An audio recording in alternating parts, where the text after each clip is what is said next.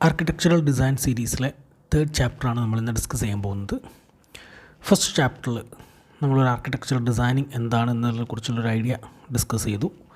Second ചാപ്റ്ററിൽ different stages in A project design എന്ന് പറയുന്ന സെഷനിൽ ഫസ്റ്റ് വൺ എൻക്വയറി അല്ലെങ്കിൽ ക്ലൈൻറ്റ് മീറ്റിംഗ് അതിനെക്കുറിച്ചാണ് നമ്മൾ ഡിസ്കസ് ചെയ്തത്.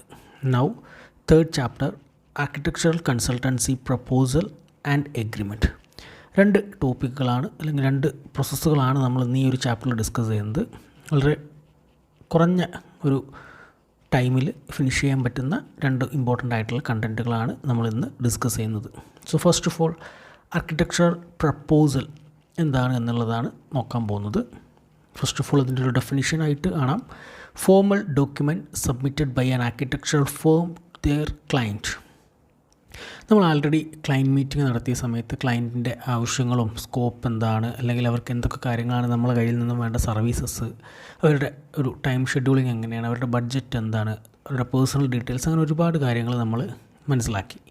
സോ ആ ഒരു ഡാറ്റ ബേസിൽ നമ്മൾ നമ്മുടെ ക്ലയൻറ്റിന് എന്തൊക്കെ തരത്തിലുള്ള സർവീസസാണ് ചെയ്യാൻ പോകുന്നത്, അല്ലെങ്കിൽ നമ്മുടെ സൈഡിൽ നിന്നും ആ ക്ലയൻറ്റിന് കിട്ടാൻ പോകുന്ന സർവീസസ് എന്തൊക്കെയാണ്, ആ സർവീസസിന് നമുക്ക് വരുന്ന ചാർജസ്, ആ പേയ്മെൻറ്റിൻ്റെ ഷെഡ്യൂൾസ് എങ്ങനെയാണ്, അതുപോലെ തന്നെ എത്ര കാലത്തേക്കാണ് അല്ലെങ്കിൽ എത്ര ഡ്യൂറേഷനാണ് നമ്മുടെ ഈ ഒരു സർവീസിന് നമ്മൾ പ്രൊവൈഡ് ചെയ്യുന്നത്, അല്ലെങ്കിൽ നമുക്ക് സ്പെസിഫിക് ആയിട്ടുള്ള എന്തെങ്കിലും ടേംസ് ആൻഡ് കണ്ടീഷൻസ് ഉണ്ടെങ്കിൽ അത്, അത്തരത്തിൽ അവർക്ക് നമ്മൾ ചെയ്ത് കൊടുക്കാൻ പോകുന്ന പ്രൊജക്റ്റിൽ എന്തൊക്കെ ഇൻക്ലൂഡ് ആയിരിക്കും, ആ കാര്യങ്ങൾക്കുള്ള നമ്മുടെ സർവീസ് ചാർജസ് ഒക്കെ എന്തൊക്കെയാണ്, അല്ലെങ്കിൽ അതിനെ കണക്ട് ചെയ്തിട്ടുള്ള ബാക്കി ടേംസ് ആൻഡ് കണ്ടീഷൻസ് എന്തൊക്കെയാണ് എന്ന കാര്യം പ്രിസ്ക്രൈബ് ചെയ്യുന്ന ആ ഒരു ഡോക്യുമെൻ്റ് ആണ് പ്രപ്പോസൽ എന്ന് നമ്മൾ വിളിക്കുന്നത്. പല പ്രൊജക്റ്റിലും നമുക്ക് ഒരു പ്രപ്പോസൽ എന്ന് പറയുന്ന ആ ഒരു മെത്തഡോളജി ഫോളോ ചെയ്ത് തന്നെ മാത്രമേ ഹാൻഡിൽ ചെയ്യാൻ കഴിയുള്ളൂ. കാരണം എക്സാമ്പിളായിട്ട് പറയുകയാണെങ്കിൽ ഒരു സാധാരണ ഒരു ചെറിയൊരു വീടുണ്ടാക്കുന്ന ഒരാളാണെങ്കിൽ മേ ബി നമുക്ക് അവർക്ക് ഇത്തരത്തിലൊരു പ്രപ്പോസൽ ഡീറ്റെയിലിംഗ് കൊടുക്കാൻ കഴിഞ്ഞെന്ന് വരില്ല. സാധാരണ ഒരു 800 സ്ക്വയർ ഫീറ്റോ അല്ലെങ്കിൽ 1000 സ്ക്വയർ ഫീറ്റിൻ്റെ ഒരു വീടിൻ്റെ പ്ലാനും 3D മാത്രമാണ് നമ്മുടെ കയ്യിൽ നിന്നും ക്ലയൻറ്റിന് ആവശ്യമെന്നുണ്ടെങ്കിൽ നമുക്ക് മേ ബി ആ ഒരു പ്രോസസ്സിന് പ്ലാനിങ്ങിനും ഡിസൈനിങ്ങും കൂടെ ഒരു പെർട്ടിക്കുലർ പേയ്മെൻറ്റ് പറയാൻ മാത്രമേ പറ്റുന്നുണ്ടാവുള്ളൂ. പക്ഷേ ഒരു വലിയൊരു പ്രൊജക്റ്റ് എടുക്കുന്ന സമയത്ത് നമ്മൾ ആ രീതിയിൽ അതിൻ്റെ പ്ലാനിന് എത്ര രൂപ, അല്ലെങ്കിൽ 3D ചെയ്യാൻ എത്ര രൂപ എന്നുള്ള രീതിയിൽ ക്ലയൻറ്റുമായിട്ട് ഡിസ്കസ് ചെയ്താൽ അത് നമുക്കൊരിക്കലും ഒരു പ്രൊഫഷണൽ മെത്തേഡ് ആവില്ല. കാരണം വലിയൊരു പ്രൊജക്റ്റ് ആകുമ്പോൾ പല സ്റ്റേജിൽ പല തരത്തിലുള്ള ആക്ടിവിറ്റീസ് അല്ലെങ്കിൽ ടാസ്കുകൾ നമ്മളൊരു ക്ലയൻറ്റിന് വേണ്ടി ചെയ്തു കൊടുക്കേണ്ടി വരും.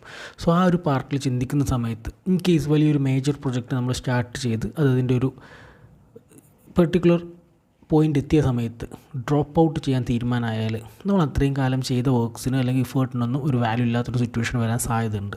സോ അങ്ങനത്തെ ഒരു സിറ്റുവേഷൻസ് ഒഴിവാക്കാൻ വേണ്ടിയിട്ടാണ് നമ്മൾ ഇനീഷ്യലി വർക്ക് തുടങ്ങുന്നതിന് മുമ്പ് നമ്മുടെ കാര്യങ്ങൾ എന്തൊക്കെയാണ് എന്നുള്ളത് ക്ലയൻറ്റിന് മനസ്സിലാക്കാൻ വേണ്ടിയിട്ട് ഒരു ഡോക്യുമെൻ്റഡ് പാർട്ടിൽ ഇത്തരത്തിലുള്ള കാര്യങ്ങൾ പ്രൊവൈഡ് ചെയ്യുന്നത്. സോ അങ്ങനെ ഒരു ഡിസ്കഷൻ അല്ലെങ്കിൽ ഇങ്ങനെ ഒരു ഡോക്യുമെൻറ്റേഷൻ ക്ലയൻറ്റുമായിട്ട് ചർച്ച ചെയ്ത് കഴിഞ്ഞാൽ അവർക്ക് മനസ്സിലാവും നമ്മൾ എന്തൊക്കെ കാര്യങ്ങൾ ചെയ്യും, അതിലെന്തൊക്കെയാണ് അവർക്ക് വേണ്ടത്, അല്ലെങ്കിൽ അവർക്ക് എന്തെങ്കിലും അതിലേക്ക് അഡീഷണൽ സജഷൻസ് ഉണ്ടോ, അല്ലെങ്കിൽ നമ്മൾ പറഞ്ഞ കാര്യങ്ങളിൽ എന്തെങ്കിലുമൊക്കെ മാറ്റങ്ങൾ വരുത്തി പുതിയ കുറച്ച് കാര്യങ്ങൾ ആഡ് ചെയ്യണം, അല്ലെങ്കിൽ ഈ കാര്യങ്ങൾ വേണ്ട എന്നൊക്കെ അവർക്കൊരു സജഷൻ തരാൻ ഇത്തരത്തിലുള്ളൊരു പ്രപ്പോസൽ നമ്മൾ പ്രൊവൈഡ് ചെയ്യുന്നത് വളരെ നന്നായിരിക്കും. അതല്ല എന്നുണ്ടെങ്കിൽ പല കേസിലും കണ്ടിട്ടുള്ളൊരു കാര്യം ഇതാണ്. പ്രൊജക്റ്റ് ഇൻ കേസ് പല കാര്യങ്ങളാൽ ഡ്രോപ്പ് ചെയ്യുക അല്ലെങ്കിൽ എക്സ്റ്റെൻഡ് ആയി പോവുക, ഡിലേ വരികയൊക്കെ ചെയ്യുന്ന സമയത്ത് നമ്മുടെ സർവീസ് ചാർജും കാര്യങ്ങളൊന്നും പ്രോപ്പറായിട്ട് നമുക്ക് കിട്ടാത്തൊരു പ്രശ്നം വരും. അല്ലെങ്കിൽ ക്ലയൻറ്റ് എക്സ്പെക്റ്റ് ചെയ്തതിലും വലിയൊരു എമൗണ്ട് നമുക്ക് തരേണ്ട ഒരു സിറ്റുവേഷനിൽ അവർ വളരെയധികം ബുദ്ധിമുട്ടാവും. അത്തരത്തിൽ അങ്ങോട്ടും ഇങ്ങോട്ടും പലതരത്തിലുള്ള കോംപ്ലിക്കേഷൻസിലേക്കും കൺഫ്യൂഷൻസിലേക്കും പോവാതിരിക്കാൻ ഒരു മേജർ പ്രൊജക്റ്റ് ചെയ്യുന്ന സമയത്ത്, അല്ലെങ്കിൽ അതിൻ്റെ ഒരു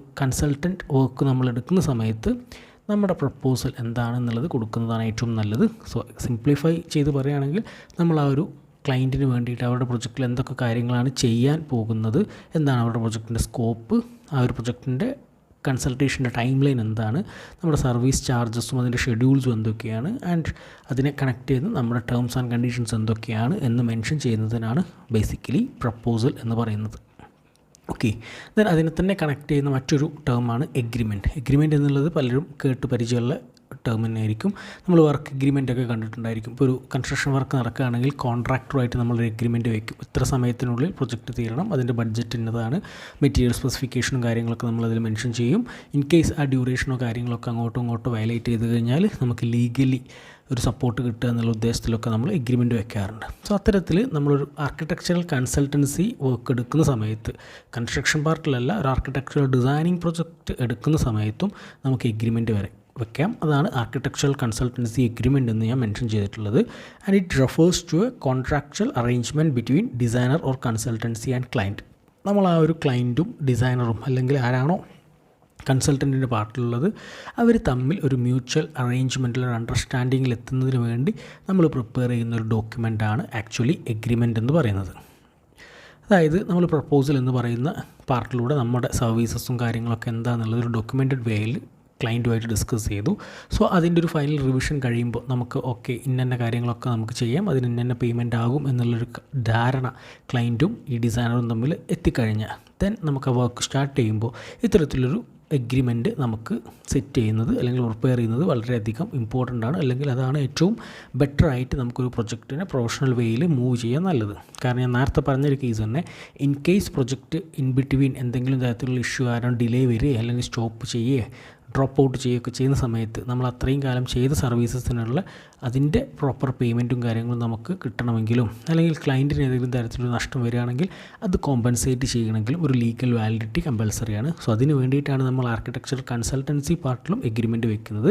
നമ്മുടെ ആ പ്രപ്പോസലിൽ പറഞ്ഞ ടേംസിൻ്റെ ഒരു ഔട്ട്ലൈൻസ് അതിലുണ്ടാവും. അതുപോലെ തന്നെ നമുക്ക് എന്തൊക്കെ കണ്ടീഷൻസാണ് അതിലുള്ളത്, അല്ലെങ്കിൽ ഇപ്പോൾ നമ്മൾ ഓരോ സ്റ്റേജിനും ആണ് പേയ്മെൻറ്റ് പറയുന്നത് എന്നുണ്ടെങ്കിൽ ഓരോ സ്റ്റേജിലും എത്ര പേയ്മെൻറ്റുകളാണ് നമുക്ക് വരിക, അല്ലെങ്കിൽ ആ ഒരു പേയ്മെൻറ്റ് ഷെഡ്യൂളും കാര്യങ്ങളും വയലേറ്റ് ചെയ്താലുള്ള ഇഷ്യൂസ് എന്താണ്, ലീഗൽ വാലിഡിറ്റി രണ്ട് കൂട്ടർക്കും ലീഗലി എന്തൊക്കെ തരത്തിലുള്ള സപ്പോർട്ടാണ് ഈ ഒരു എഗ്രിമെൻറ്റ് പ്രകാരം കിട്ടുന്നത്, നമ്മുടെ പ്രൊജക്റ്റിൻ്റെ സ്കോപ്പ് എന്താണ്, ആ സ്കോപ്പിൽ നമ്മൾ എന്തൊക്കെ കാര്യങ്ങൾ ചെയ്യും, അതിൽ നമ്മുടെ പേയ്മെൻറ്റ് ഷെഡ്യൂൾസ് എങ്ങനെയാണ്, അല്ലെങ്കിൽ അതിൻ്റെ ഡ്യൂറേഷൻസ് എങ്ങനെയാണ്, അത്തരത്തിലുള്ള കംപ്ലീറ്റ് പ്രപ്പോസലുള്ള കാര്യങ്ങളെയും ഒരു ലീഗൽ വാലിഡിറ്റിക്ക് വേണ്ടി ഡോക്യുമെൻറ്റേഷൻ ചെയ്യുന്ന ആ ഒരു പ്രോസസ്സിനാണ് ആർക്കിടെക്ചറൽ കൺസൾട്ടൻസി എഗ്രിമെൻ്റ് എന്ന് പറയുന്നത്. ഓക്കെ. സോ രണ്ട് ടേംസാണ് നമ്മൾ ഡിസ്കസ് ചെയ്തത്. അതല്ലെങ്കിൽ എൻക്വയറി കഴിഞ്ഞാൽ ഒരു നെക്സ്റ്റ് നമ്മൾ ക്ലയൻസിന് സപ്പോർട്ടീവ് ആയിട്ട് കൊടുക്കേണ്ട ഒരു ഡോക്യുമെൻ്റാണ് ആർക്കിടെക്ചറൽ പ്രപ്പോസൽ എന്ന് പറയുന്നത്. ആ പ്രപ്പോസലിൽ ക്ലയൻറ്റിന് വേണ്ടി നമ്മൾ എന്തൊക്കെ കാര്യങ്ങൾ ചെയ്യും, ആ സർവീസസിന് എത്രത്തോളം പേയ്മെൻറ്റ് വരും, എന്താണ് നമ്മുടെ സർവീസ് വാലിഡിറ്റീസ്, ഫർദർ അതിൻ്റെ പേയ്മെൻറ്റ് ഷെഡ്യൂൾസ് എങ്ങനെയാണ്, ആൻഡ് അതർ എന്തെങ്കിലും ടേംസ് ആൻഡ് കണ്ടീഷൻസ് ഉണ്ടെങ്കിൽ ആ കാര്യങ്ങൾ മെൻഷൻ ചെയ്യുക എന്നുള്ള രീതിയിലാണ് നമ്മൾ പ്രപ്പോസൽ കൊടുക്കുന്നത്.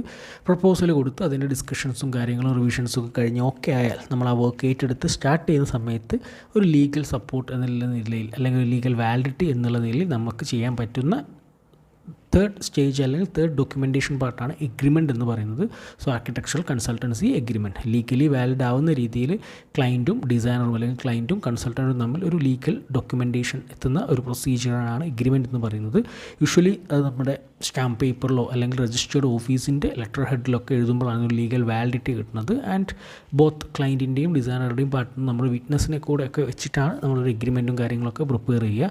അത്തരത്തിലൊരു എഗ്രിമെൻറ്റ് പ്രിപ്പയർ ചെയ്ത് കഴിഞ്ഞാൽ ഇൻ കേസ് പ്രൊജക്റ്റിൻ്റെ ഇൻ ബിറ്റ്വീൻ എന്തെങ്കിലും തരത്തിലുള്ള ഇഷ്യൂസ് ക്ലയൻറ്റിൻ്റെ പാർട്ടിൽ നിന്നോ ഡിസൈനറുടെ പാർട്ടിൽ നിന്നോ ഉണ്ടായിക്കഴിഞ്ഞാൽ രണ്ട് കൂട്ടർക്കും അതുമൂലം ഉണ്ടാകുന്ന നഷ്ടങ്ങളും കാര്യങ്ങളും മാനേജ് ചെയ്യാൻ ലീഗലി ഒരു സപ്പോർട്ട് തരിക എന്നുള്ളതാണ് ഈ ഒരു എഗ്രിമെൻറ്റിൻ്റെ ഉദ്ദേശം. ഓക്കെ. സോ അത്രയും കാര്യങ്ങളാണ് ഈ ഒരു ടോപ്പിക്കിൽ നമുക്ക് ഡിസ്കസ് ചെയ്യാനുള്ളത്. ദ വെരി നെക്സ്റ്റ് ചാപ്റ്റർ എന്ന് പറയുന്നത് സൈറ്റ് അനാലിസിസ് ആണ്.